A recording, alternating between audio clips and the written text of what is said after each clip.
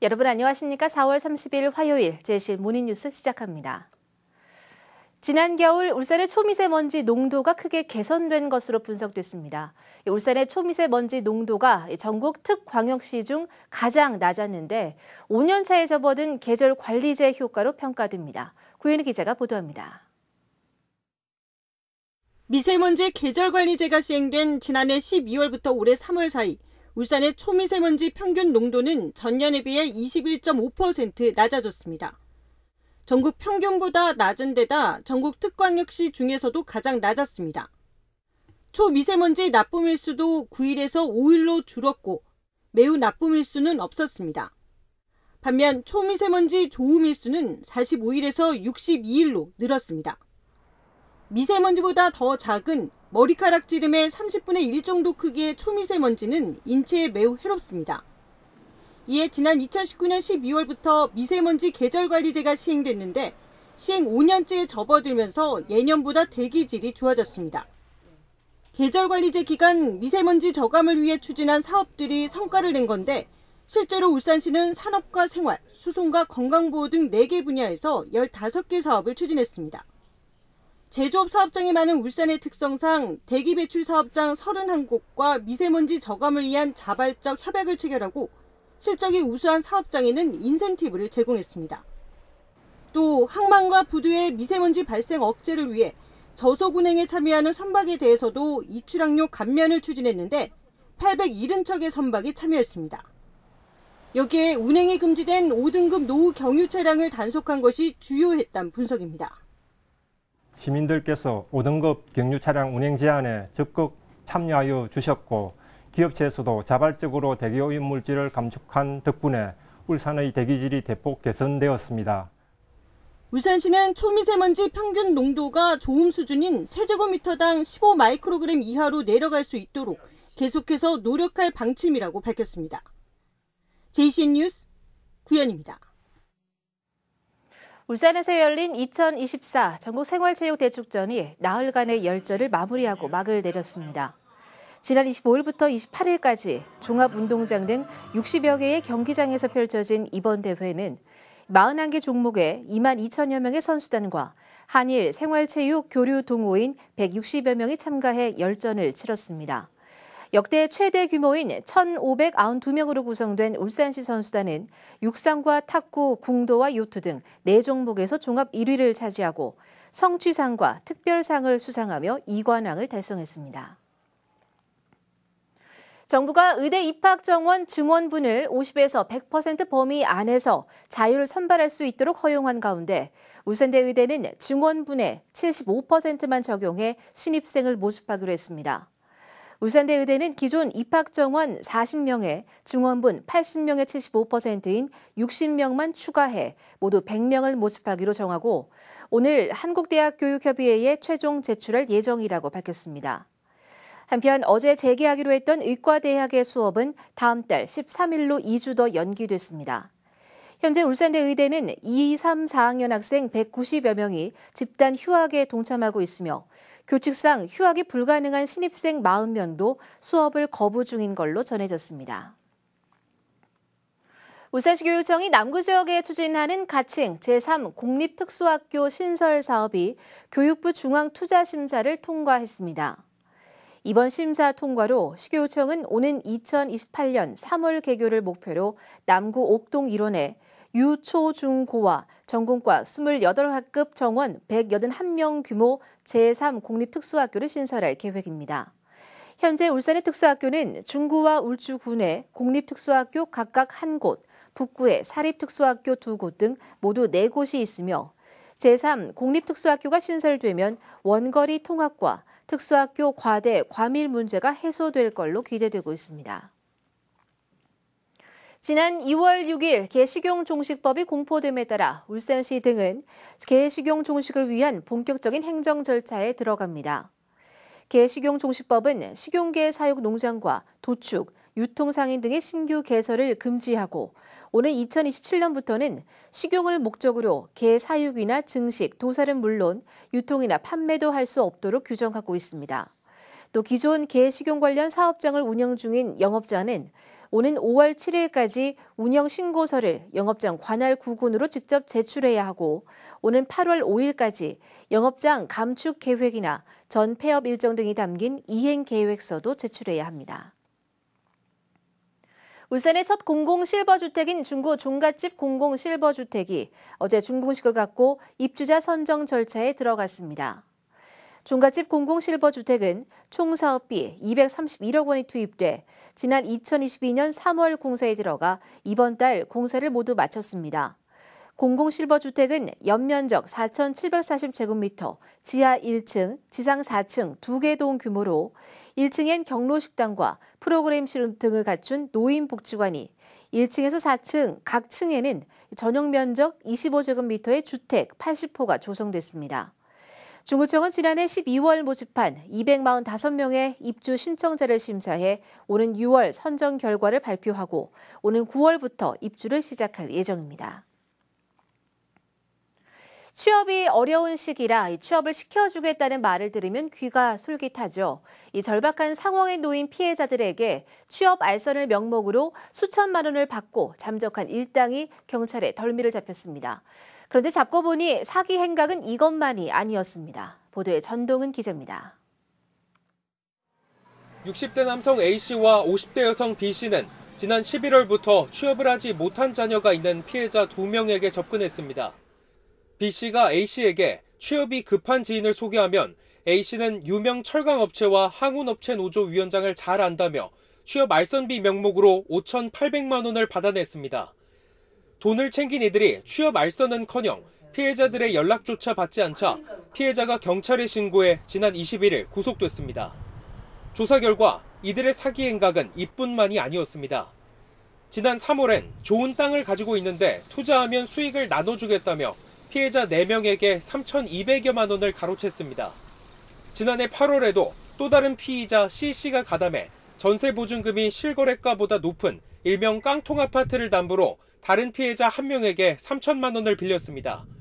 이 중 깡통 아파트는 실거주하고 있다고 속였고 법무사를 통해 문제가 없다는 것까지 보여줬는데 실제로는 다른 세입자가 살고 있었습니다. 해당 세입자가 전세권 설정을 해놓지 않아 등기부 등본상 문제가 없었던 걸로 보인 겁니다. 모두 절박한 심정을 이용하거나 교묘하게 사기 여부를 검증할 수 없게 피해서 범행이 이루어졌습니다. 취업 사기의 경우 절박한 심정을 이용하는 사기 행각이므로 다시 한 번 더 의심해 볼 필요가 있으며 전세 사기 등을 예방하기 위해서는 서류를 확인하는 것도 중요하지만 실제 세입자 거주 여부를 확인하는 것이 무엇보다 중요합니다. 피의자들은 이런 식으로 받아 챙긴 돈을 개인 생활비 등으로 거의 다 써버렸습니다. 경찰은 피해자가 더 있을 걸로 보고 수사를 확대할 계획입니다. JCN 뉴스 전동훈입니다. 수출 차량을 야적장에 주차하는 업무를 담당하는 현대차 하청업체 근로자들이 파견 근로자의 지위를 인정하라며 낸 소송에서 최종 패소했습니다.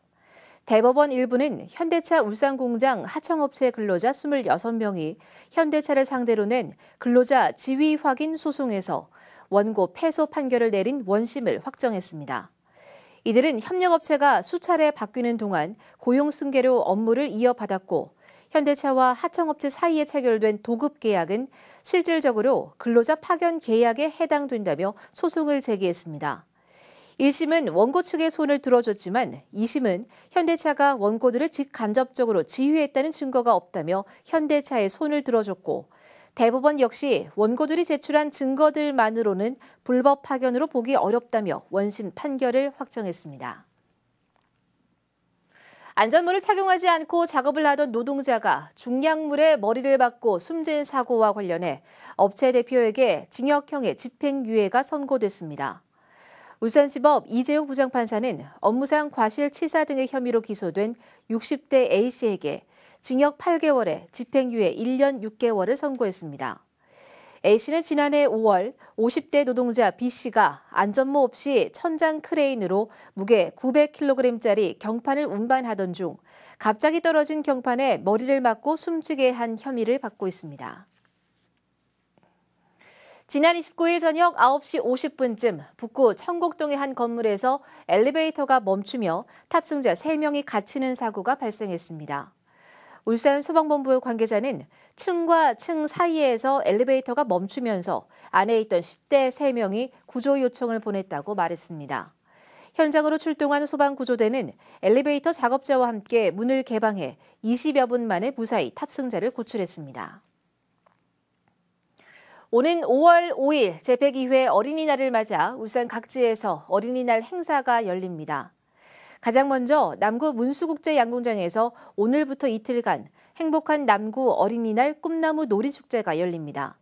오는 5월 4일 토요일엔 중구 함월 구민운동장에서 종갓집 중구 어린이 큰잔치가 개최되며 대왕암공원 일원에서는 동구 어린이 큰잔치가, 북구청 광장에선 북구 어린이 큰잔치가 열립니다.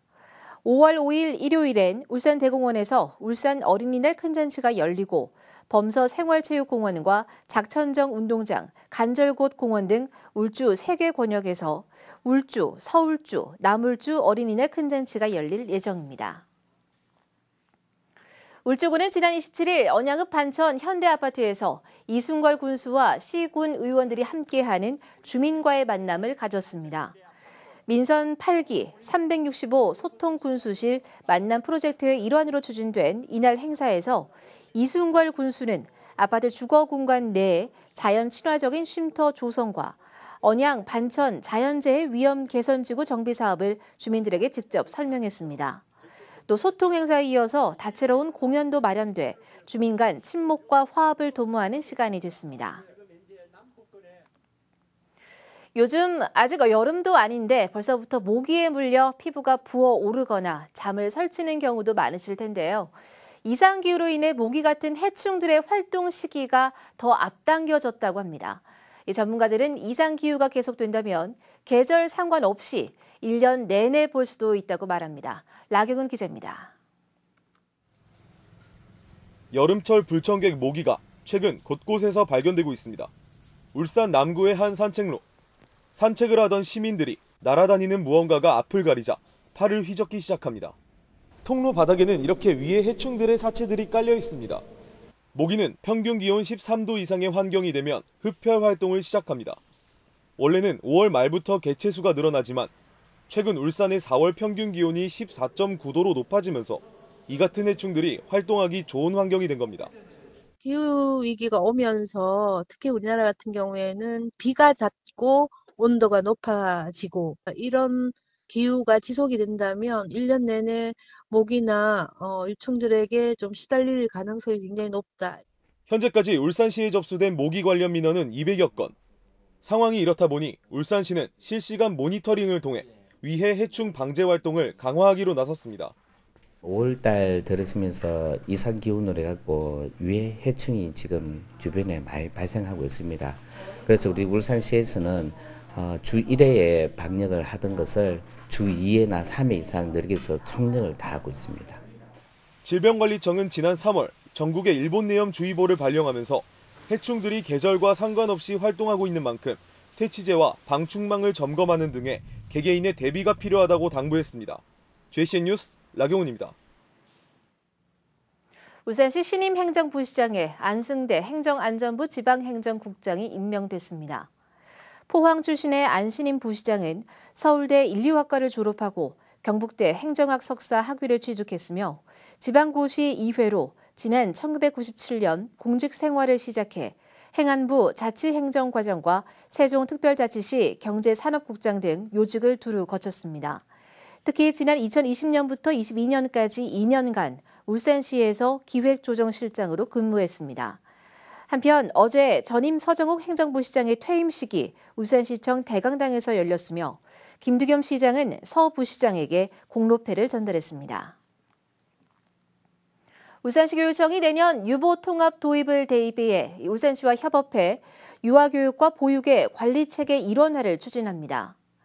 유보 통합은 유치원과 어린이집으로 나누어진 만 5세까지의 유아교육과 보육의 관리체계를 일원화하는 정책입니다. 교육청은 어제 울산시와 올해 첫 유보통합추진단 협의회를 열고 울산형 유보통합 추진 방향에 대해서 논의했습니다. 교육청과 울산시는 유보통합 관련 지방단위 업무 이관 공동 대응을 위해서 정례회를 이어나갈 계획입니다. 동구보건소가 어제 남목 마성시장 아케이드 거리를 금연구역으로 지정하는 지정식을 가졌습니다.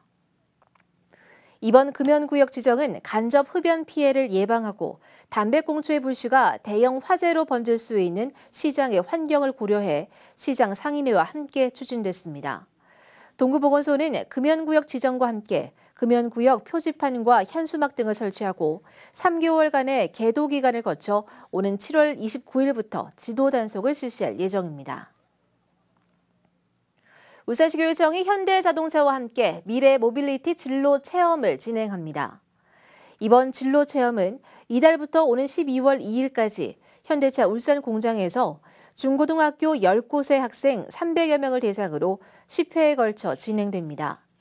진로 체험은 자동차 생산 현장 견학과 자동차 생산 공정 이해, 미래 자동차 개발 동향 실습 순으로 진행될 예정입니다. 유니스트 스마트 헬스케어 센터와 UCLA 스마트 헬스 센터가 공동으로 디지털 헬스케어 챌린지를 개최합니다. 올해 두 번째로 열리는 디지털 헬스케어 챌린지는 의료 데이터 기반 디지털 솔루션 경진 대회로 대회 우승자는 UCLA 의료원의 데이터를 이용해서 출품된 솔루션을 검증받을 수 있게 됩니다. 참가 신청 기간은 어제부터 오는 6월 30일까지며 한국에 소재하는 모든 회사와 연구실, 개인 등이 참여할 수 있습니다. JCN 모닝뉴스를 마칩니다. 함께해 주신 여러분 고맙습니다.